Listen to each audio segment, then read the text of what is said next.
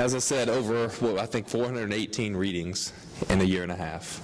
Absolutely remarkable what they accomplished. You just don't typically get that in a AA degree. So it need to be commended, and congratulations, you guys, what you did. I was asked to give the commencement address today.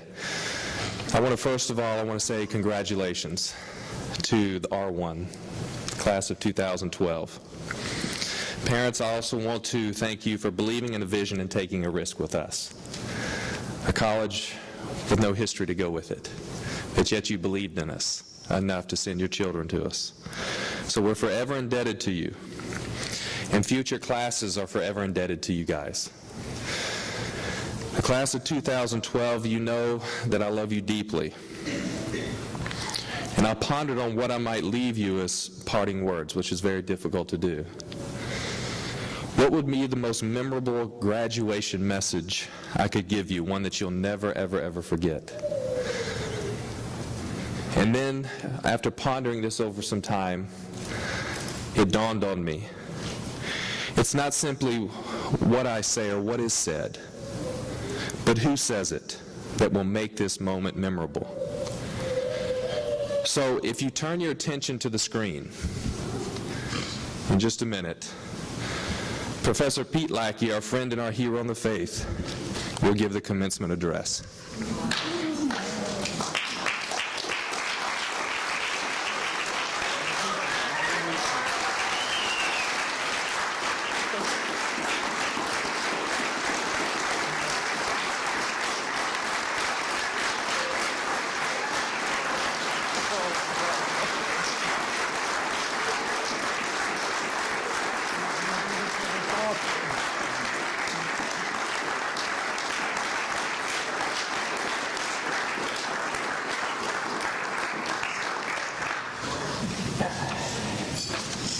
They really do know me.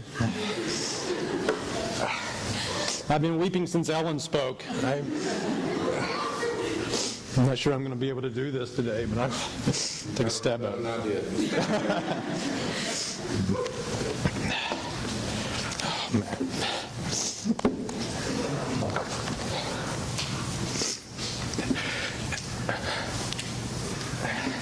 Just a moment.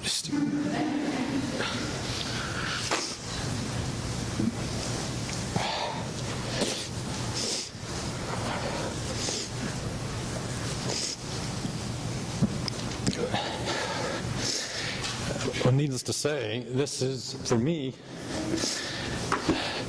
an incredible privilege. Davis, Bobby, Jean, the class of 2012, parents, pastors, peers, thank you so much for just honoring me to allow me to even to be a part of this today. This is not simply a privilege for this class of 2012. They know, and perhaps some of you parents know, that for me, this has been the most traumatic, life-changing year of my life. And this group, and many of you parents have no doubt been a part of that. And I'm sure I've told Davis multiple times throughout the year that if it had not been for the Rivendell family, I'm quite certain I would not have survived. And I know that many of you who are visiting today are at a disadvantage, and I won't labor the backstory this afternoon. The class of 2012, of course, knows. So it's a personal honor for me to have an opportunity one last time to say that I love you, and I'm so grateful for the class of 2012. You've prayed me to this day, and I have praised you to this day. Many long, difficult nights. But God's grace is adequate for this. It is more than sufficient. And if you remember nothing else I say today, I pray, and I have prayed since late last night, that you'll at least remember seeing me here today as living proof that the God you've heard about for 18 months is sufficient for any trial that you may ever face.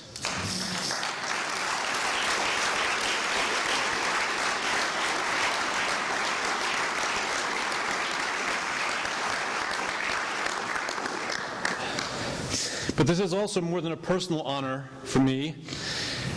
for the sake of being able to be here and give my one last goodbye to the class of 2012. It's also a historic occasion for Rivendell, because this is the first and the only first graduating class of Rivendell Sanctuary. So no matter how many millennia may roll past this afternoon, you are the very first and the only first R1 Rivendell graduating class. And even if we only have, according to the Mayan calendar, 175 days of life left, you will be the only, perhaps, graduating class of Rivendell Sanctuary. So this is more than a historical occasion, it's a momentous occasion for you. And I am privileged and grateful to be a part of your celebration of the day. I thought and I pondered long about what exactly I could say, and as you already know, I'm really only a man with very little to offer, except for allusions to a few obscure ancient texts and a few modules. So what I decided to do, at the risk of seeming foolish, but I hope the class of 2012 will not deem it so, is to turn your attention to one last text.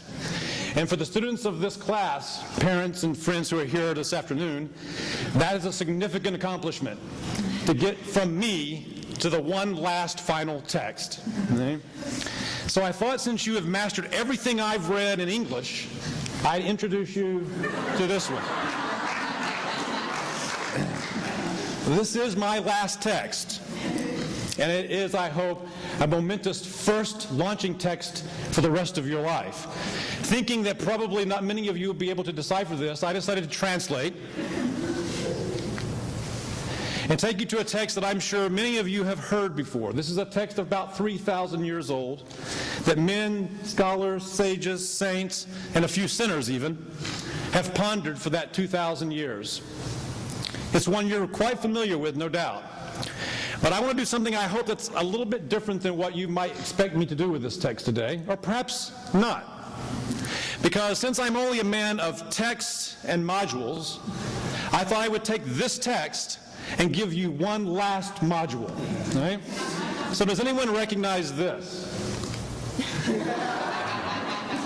Of course, the students all do. Parents, let me fill you in. Every module that I produced had a map of this sort, a chart, a reading chart. And all of their text, the entire module was mapped out on a chart that looked like this approximately every time. I wonder if there's any water. Well, what I decided to do is to take the same procedure, since it's, this is the one that brought me here, so I'm going to go ahead and dance with her this one last time. And this text also has a chart. Okay? What I would like to do is introduce from this text your final module. This is your last module. You've completed the 12 Rivendell modules that we were able to provide for you, but now you are entering the 13th module. If I can get my slides to work. As Solomon so wisely said, after surveying all of the domains of human inquiry and discovering that of the making of many books there was no end, that of much study there could be a great weariness of the flesh. In other words, you can exhaust all of your physical energies but never fully exhaust the full scope of human inquiry. So at the end of the day, what's the final word? Well, Solomon says there is one last word, and it will be for me. It will be for me the basis for my final module.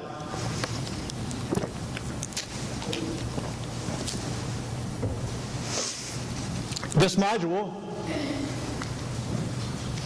will be the last module with one last assignment and one last exam. All right? You thought you were done with that, but no. All right? So let's just take very quickly a look at the last module. It will be called Life. All right? You've had theology and philosophy, you've had psychology, and you've had physics, and you've had all those disciplines that you've studied for the last 18 months, but now you're entering into the most important module, and you see, here's the reason why.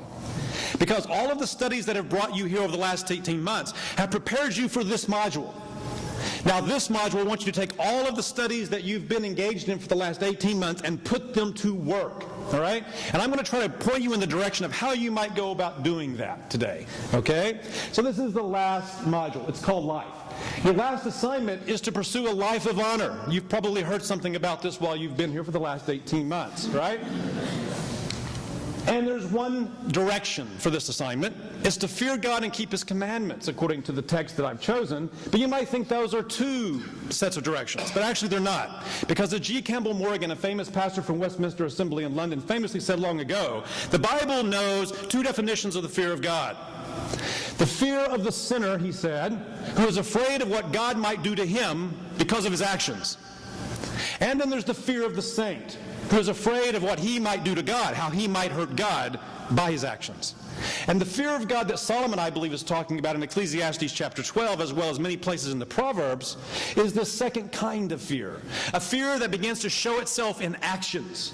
So the fear of God and the action, the keeping of God's commandments, are actually two sides of the same coin. And I want you to think about it that way today, because I want to point you in the direction of 4 divisions of this one assignment.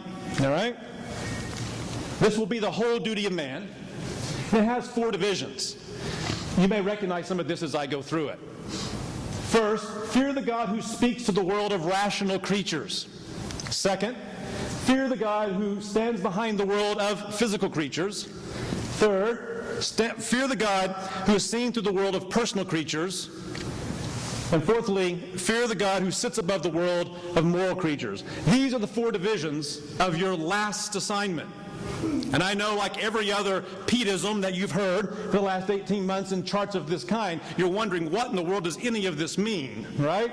So I want to try to unpack this a little bit, because I think the way to think about this most helpfully today is to unpack these 4 divisions with 12 drills, 12 exercises that for the rest of your life you need to practice. All right? If you're going to successfully complete this last module and complete with a passing grade this last assignment, all right? So what I want to do, if you will humor me, is I want to take these divisions one by one, all right? So let's begin with fearing the God who speaks to the world of rational creatures. The way to do this is to listen for theos. Anyone help me with what that Greek word means? God, right? God. Listen for God. Right? In 3 different ways that I want to focus on today. With analyticity. I told you there would be plenty of Peteisms, right? I am notoriously known for actually making words up out of thin air, right? Now, this actually is a real word. It means to begin to think critically. And, of course, you should recognize that, right? Because the very first time you met me, I introduced you to a module having to do with thinking critically, to a method of thinking critically. And if you leave Rivendell with nothing else than the ability to use that method, to be able to map arguments and to be able to analyze and think through arguments and critique them well, you will have gained much. Because to listen for God with analyticity, which, by the way, you'll not be able to see, means that you need to use what we've given you here at Rivendell to go forth and analyze the claims that you hear, because I have news for you, which I'm sure you're already aware of. Not every voice you hear, after hearing mine, of course, will be a valid, truthful voice, right? Not every voice you hear will be the voice of God. There are distortions, there are lies, there are delusions afoot. And you will need to learn to consistently listen for theos with analyticity, critically, think critically. As I always told you when I was able to tell you, listen charitably, but also think critically, always, right? Now I want to try to do something, because I don't have the luxury today of introducing to you more than one text. So what I thought I would do is try to support what I'm going to say at every point with a number of citations from greater minds than mine. All right? So I want to do that here as well. The value of learning to think with analyticity was captured by a person you might have heard of named Aristotle, who said, "It is the mark of an educated mind to be able to entertain a thought without accepting it." And Francis Bacon famously wrote, "Read not to contradict and to confute, nor to believe and take for granted, nor to find talk or discourse, but to weigh and to consider." Anacharsis, a 6th century BC Greek philosopher from around the Black Sea, said, "Wise men argue, only fools merely decide." Thomas Halliburton, a famous novelist from Nova Scotia of the 18th century, wrote, "Hear one side and you'll be in the dark. Hear both sides and all will be clear." But a wiser than all of them said, "The one who states his case first seems right until the other comes and examines him." What do all these quotes have in common? The advocacy of analyticity. Think critically, listen charitably, think critically.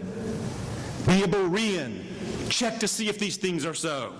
And listen for theos accordingly. But secondly, you need to listen with humility, especially after studying theology here at Rivendell, for fear of mishearing God on the all-important subject of who He is and who you are and how the two of you relate. Knowing that the God that we fear speaks only to the receptive, only to those who are willing to hear, not to mockers, not to minimizers, not to those who want to move beyond the text of Scripture and hear God someplace else. God speaks to those who listen to Him. Dallas Willard has a famous line I love where he says, God speaks very rarely because He only wants to talk about His kingdom, and so few want to talk about that. Right? Listen, He speaks to the receptive. Saint Tikhon, a famous Russian saint, said, God descends to the humble as waters flow down from the hills into the valleys. Augustine said, do you wish to rise in your understanding of God? Begin by descending. Martin Buber, Jewish theologian, said, there is no room for God in him who is full of himself. C.S. Lewis, a name you might know, said, as long as you're proud, you cannot know God. A proud man is always looking down on things, Lewis says, and people. And of course, as long as you're looking down, you can't see something that's above you. Thomas à Kempis, the devotional writer, said, a humble knowledge of ourselves is a surer way to God than is the search for the depth of meaning. And the prophet Isaiah, or God through the prophet Isaiah, said most clearly, thus saith the high and the lofty one, I dwell on high and in the holy place with him that is a contrite and a humble spirit and who trembles at my word. Listen with humility for the God who only speaks to the receptive. So take what you've learned here at Rivendell and go forth listening for theos with that kind of humility. But thirdly, you also need to listen with sagacity, fearing after the study of philosophy to mishear God on all subjects. Knowing that the God that we fear stands behind all reality, and He speaks to all reality. He talks about lizards, loves, and lunar orbits. The God that we worship, the God that we fear, is a God who knows no subject in all of creation to which He has no opinion. He's a God who looks out of all the full expanse of the created order, which He spoke into existence with a few simple syllables, and He says, I have something to say about that. And the wise woman, the wise man, listens to hear what God says about lizards and lunar orbits. Listen with sagacity. I'm getting ahead of myself. Augustine said famously, all truth is God's truth, and this is so. Let me remind you very quickly, however, of course, it's always dangerous to correct the great Augustine, but all truth is not saving truth, but all truth is nonetheless, as Augustine says, God's truth. Abraham Kuyper, famous Dutch theologian, said, in the total expanse of human life, there's not a single square inch in Dutch, and translated from the Dutch to English, it probably should be read, not one thumb breadth. In all the total expanse of human life, there's not a single square inch of which the Christ who alone is sovereign does not declare, that is mine. And therefore He has a word to say about every subject, which I hope your time at Rivendell has proven to you. Again, C.S. Lewis says, I believe in Christianity as I believe in the rising of the sun, not only because I see it, but because in its light I see everything else. Take what you've learned of philosophy here at Rivendell and go out into the full expanse of the rest of your life in this last module, with this last assignment, fearing this God, not only with analyticity, not only with humility, but also with sagacity. But I must move on. Not only does this assignment involve fearing the God who speaks to the world of rational creatures, but this assignment also includes the responsibility for you to go forth and to fear the God who stands behind the world of physical creatures. In the first, you were called to listen for theos. In the second, you're called to labor in the cosmos, and to do so in three ways. First, with dexterity.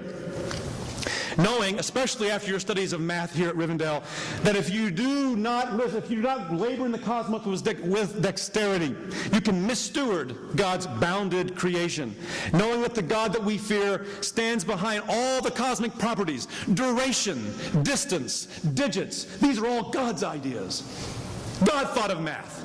As Carl Friedrich Gauss, famous mathematician, famously said, God does arithmetic. Paul Dirac, another famous mathematician, said, and I quote, God used beautiful mathematics in creating the world. Not to be outdone, Galileo then would say, mathematics is the language in which God wrote the universe, and Isaac Newton, the greatest perhaps of them all, says, God created everything by number, weight, and measure. But there's one greater than Newton who confronted Job in Job chapter 38 and begins the dialogue, the interrogation there by saying, Job, where were you when I laid the foundation of the earth? Tell me, Job, if you can, who determined its measurements? God laid a line to creation, and he measured everything. He knows every star by name and counts them, and he knows every hair of your head, a job for which some of us give him not much trouble anymore, but he knows every hair of your head. He keeps a tally of every one of these facets. He's a grand steward and shepherd of everything he's created, and he has delegated to you the privilege and the responsibility to become dexterous with your ability to handle this kind of measured, weighted creation. It's a creation that's full of bulky things and heavy things, long things, light things, tall things, short things, things that can be measured, things that can be weighed. And if you're to steward them well, you need to be able, like Gauss said about God, you need to be able to do arithmetic. But I move on. I think if you're going to labor in the cosmos, you also need to do so with curiosity. Fearing, especially after your study in physics here at Rivendell, to missteward God's bodied creation, knowing that the God we fear stands behind all the cosmic puzzles of the universe. Quasars, quarks, quanta. There's no dark hole God hasn't already plumbed. There's no such thing as dark matter he doesn't understand. There's no mystery of the universe that once we unravel it, if we do, we won't find the mind of God percolating there already. He's stocked the whole universe is chock full of puzzles and mysteries waiting to be unraveled, some of which you may go do. Who knows? Who knows? But when you do, realize that you have stumbled on an insight that God from millennia past already knew, is waiting with delight for you to discover and for you to find. Francis Bacon famously said, there are two books laid before us to study to prevent our falling into error. First, the volume of the Scriptures, which reveal the will of God.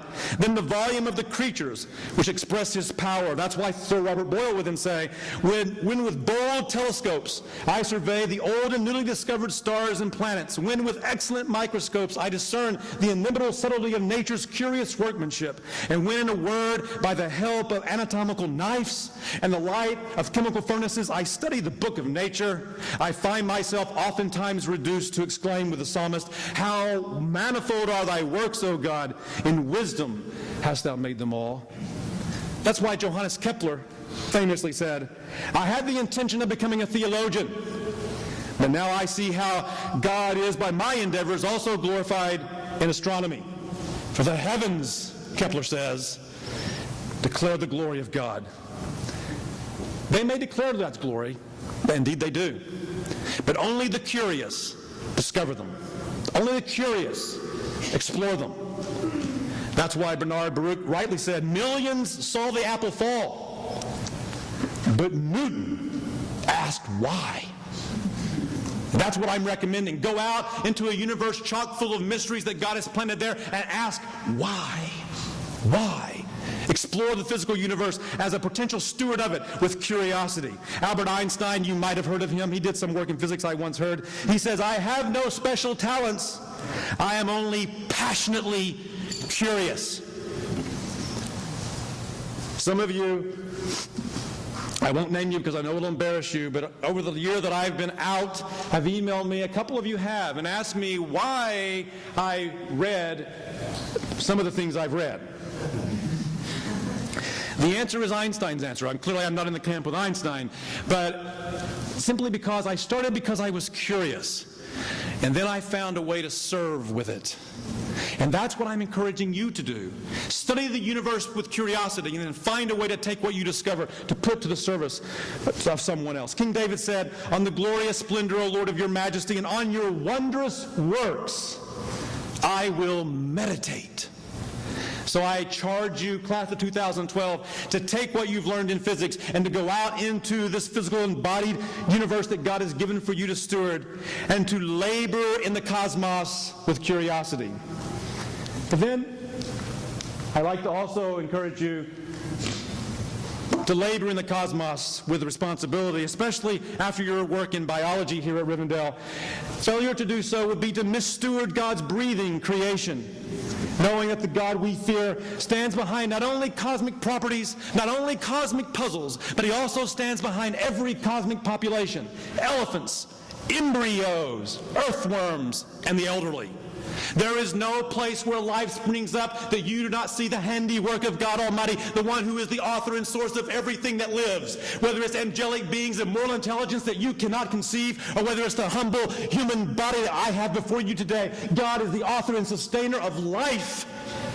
And when you take it upon yourself to live out your stewardship responsibility as an image bearer of this God, you take upon you a sacred responsibility. And every place you see life, hear the voice of God and know that your labor in the cosmos is about nurturing that life.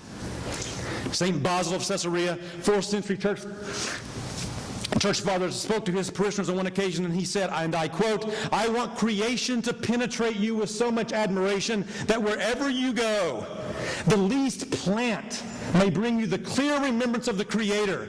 One blade of grass or one speck of dust is enough to occupy your entire mind," Basil says, "in beholding the art with which it has been made."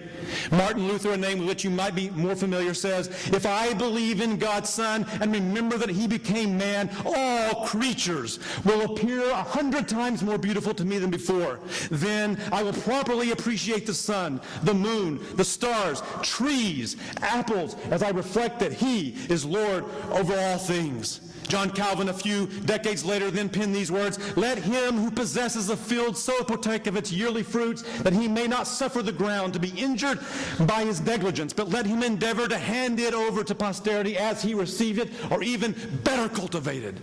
And that's my charge to you, class of 2012. Find life and find God when you see life, and take the responsibility to guard it, to shepherd it, to steward it, to nurture it, and to hand it to the next generation in a better condition than perhaps you have found it. Take what you've learned, the foundations of biology that you've learned here at Rivendell, and go into the cosmos and labor with responsibility. But then there's a third division. I know, I can be tedious. Just hang on. This is my last shot. You're within minutes of being free, all right?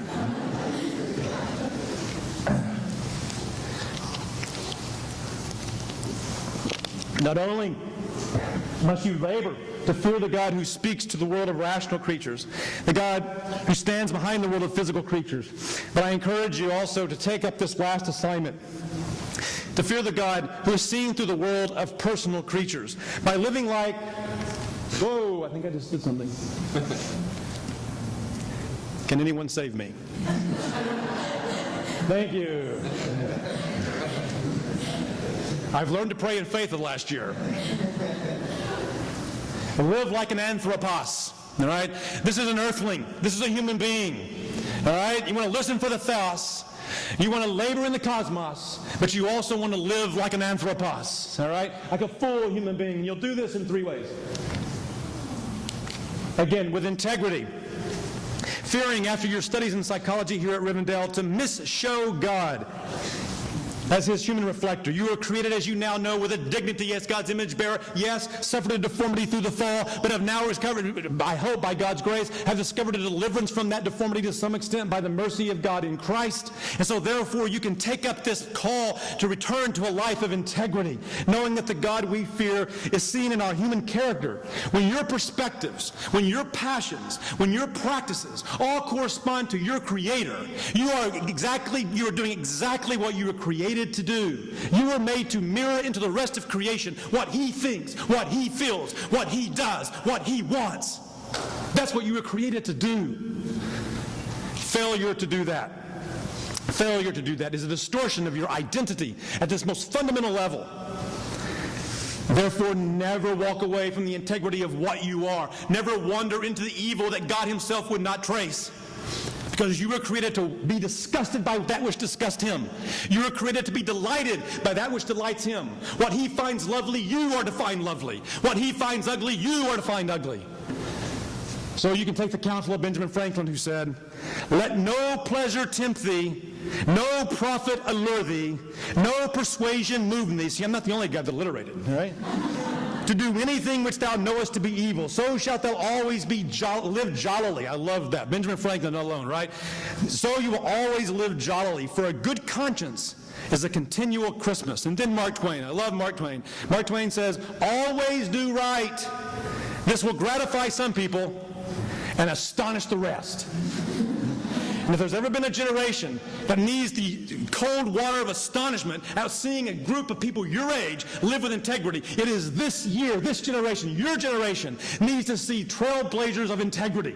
Men and women, politicians of integrity, teachers of integrity, mothers of integrity, plumbers of integrity, teachers of integrity. Your generation would, as according to Mark Twain, probably stand up and be astonished to see somebody of integrity. I could name names, but I won't. Erich Fromm, famous psychologist in the 20th century, said, "Integrity simply means not violating one's own identity." Now, he meant something slightly different than I do, but he's close. As an image bearer of God, walking in the integrity that corresponds to the character of God himself is essentially what you are as a creature, as an anthropos. Thomas Paine therefore said, "Character is much easier kept than recovered." Walk in your integrity. Maintain your integrity. What is this integrity? I think Henry Ford got it right when he said, "Quality means doing it right when no one is looking." Doing it right when no one is looking. And I might add, when no one applauds it, when no one approves it. A righteous man will stand like Shadrach, Meshach, and Abednego, and though the greatest king of the day stands and says, "Bow or die," they stand with a boldness that only the grace and power of Almighty God could give them and say, "We are not going to bow. We may be thrown to the furnace and we may burn, but we are not going to bow. We are going to maintain our integrity at the risk of our lives." I'm pleading as someone who's fading from the scene of life, a generation ahead of you or two, show me, show my generation what integrity should look like. Show us. If you watch TV very much, you know my generation seems to have lost it. Show us what it looks like. And so be an anthropos. All right, I must move on. We fear this God by living like an anthropos when we live with nobility. Fearing, especially after your studies here at Rivendell in art, to misshow God by a lack of human refinement. Knowing that the God we fear is seen in even our human cultivation and our human culture for millennia before this hour. Millennia before God spoke this planet into living existence. The scripture seems to indicate that the God that I'm calling you to fear in this way surrounded himself with exquisite sounds that even now we can't imitate, with sights that dazzle the human eye, that the human nervous system can apparently know at this moment not be able to take in. He surrounded himself with ennobling things. He's a God who dresses his priests in gowns and makes them beautiful. He decorates the curtains of a tabernacle, the curtains of a tent in a desert. This is a God who has exquisite taste, and he has created you to have it too.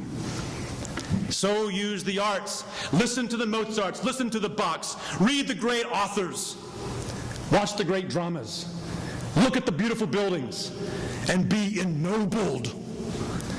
Find what he finds lovely, you find that lovely. What he delights in, you delight in. What he detests, you detest. And by the way, there are some things in art God detests. That's another debate. I'll talk later. All right? Edmund Burke said, why is this so important? Because, as Edmund Burke said, nobility is a graceful ornament to the civil order. It is the Corinthian capital, Burke said, of a polished society. And art plays its role in this. Frank Lloyd Wright, the famous architect of the 20th century, said, and I quote, "Noble life demands a noble architecture for noble uses of noble men. Lack of culture means what it has always meant," Wright says, "ignoble civilization, and therefore imminent downfall." Do you hear what he said? Let me repeat that. Lack of culture means what it has always meant. Bear in mind, this guy's talking about buildings, right? Ignoble civilization, and therefore imminent downfall. Boethius, a medieval theologian, applied this to music when he said, "Music is part of us. Either it ennobles or it degrades our behavior."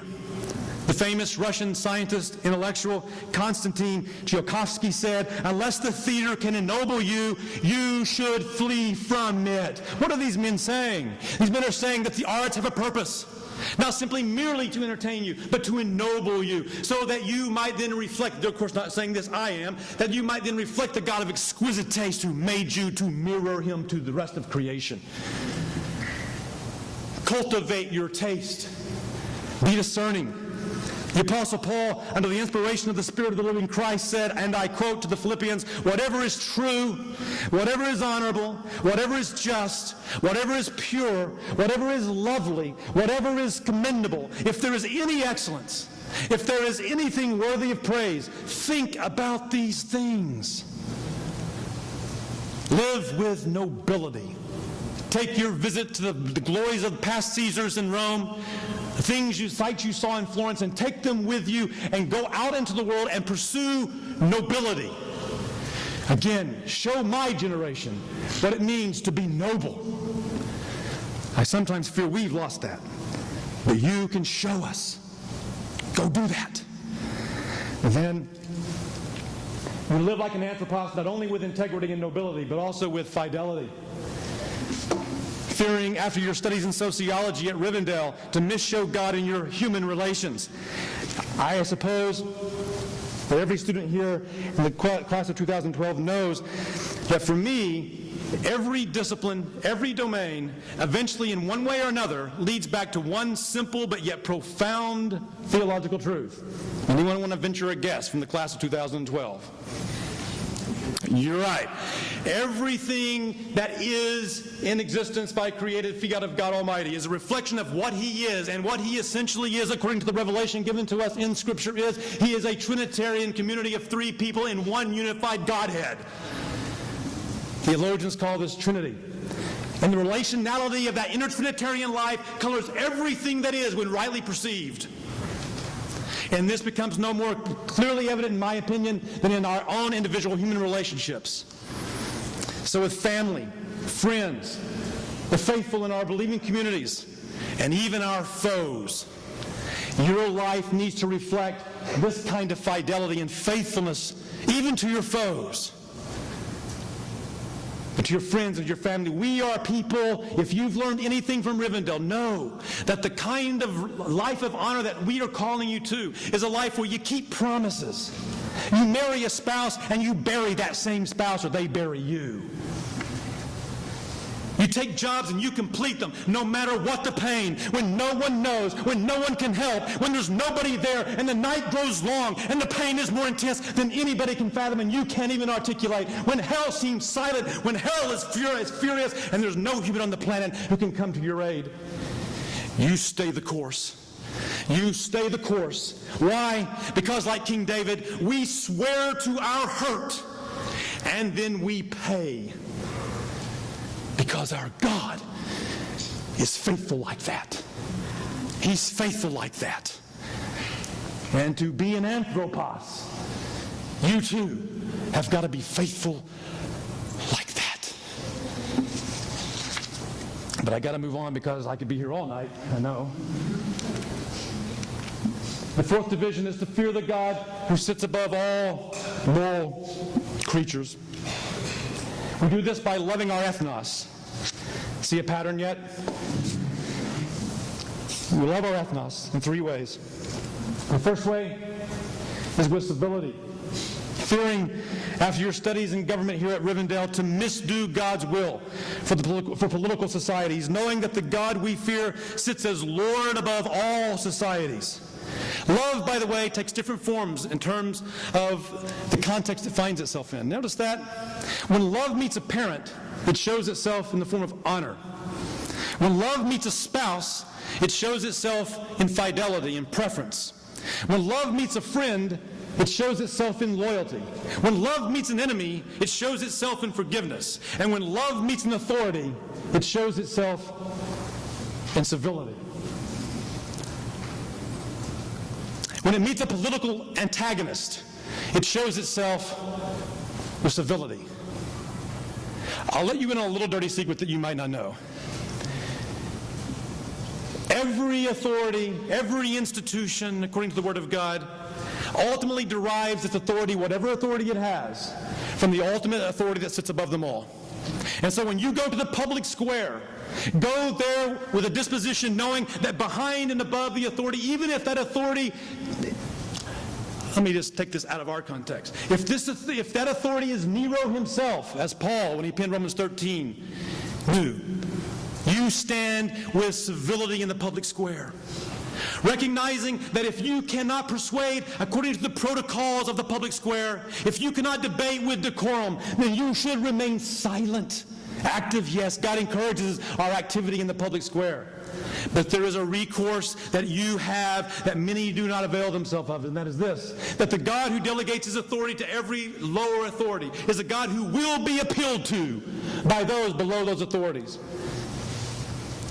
He will be interceded, he will hear intercessions on behalf of those authorities. There is never an appropriate time to disobey Peter, who said in 1 Peter chapter 2, fear God and honor the emperor.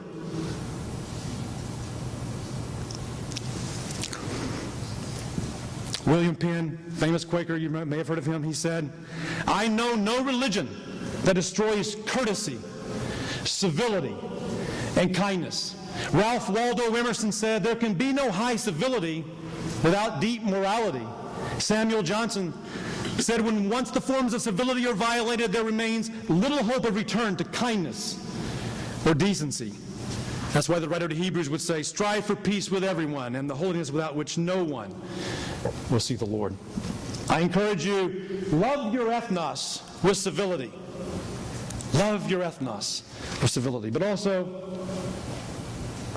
love your ethnos with equity, fearing after your studies of law at Rivendell to misdo God's will for peaceful societies, knowing that the God we fear sits as legislator above all societies, and he's concerned for justice for the least, the last, and the lost, as one theologian has described the marginalized of any society. He's concerned about justice and equity. I know there's a lot of dispute, there's a lot of debate, and I know that you have discussed in the law module, and other modules perhaps as well, the confusion around the word justice or social justice. I'm quite familiar with those debates. But I also am familiar with the fact that the God who sits enthroned above all law is a God who sits on a throne that still finds its foundation in equity, in justice, and righteousness. And he delights in that. And he will ultimately one day have it universally acknowledged. Get a head start and acknowledge it now. Pursue justice. Edmund Burke said, there is but one law for all, namely the law which governs all law, the law of our Creator, the law of humanity, justice, equity, the law of nature and of nations. Demosthenes, the great Greek orator, said, what we have in us of the image of God is the love of truth and justice. Martin Luther King Jr. famously quipped in the 60s, injustice anywhere is a threat to justice everywhere. But a greater than Martin Luther King Jr. said, the prophet Micah, what, O man, does the Lord require of you but to do justice, to love kindness, and to walk humbly with your God? So, class of 2012, I charge you, if I have any standing with you whatsoever, to pursue what you have taken from the study of law here at Rivendell and take it into the public square and pursue justice, pursue equity, and to do so with that civility I just mentioned. But don't stop there. Because we also love our ethnos with generosity fearing, after our study of economics here at Rivendell, to misdo God's will for prosperous societies, knowing that the God we fear sits as landlord over all societies, and all the time, the talents, and the treasures he's trusted to you, he intends for you to take and to pursue his interest, his concerns, his visions, his passions, to seek to relieve those who need relief, to find ways to steward those resources in a way that reflects his priorities, his concerns. And one of those priorities and one of those concerns is generosity. Do I really need to illustrate this? A God who simply creates a universe and allows you to inhabit it for free is a God who loves lavishly. A God who feeds creatures that you don't even know exist yet is a God who loves lavishly.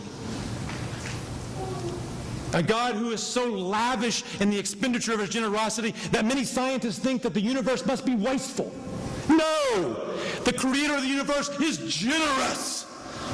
And I'm calling you to imitate your maker and be generous. So like Wesley, John Wesley, who famously said, and I love this quote, he says, do all the good you can, by all the means you can, in all the ways you can, in all the places you can, and all the times you can, to all the people you can, as long as you ever can.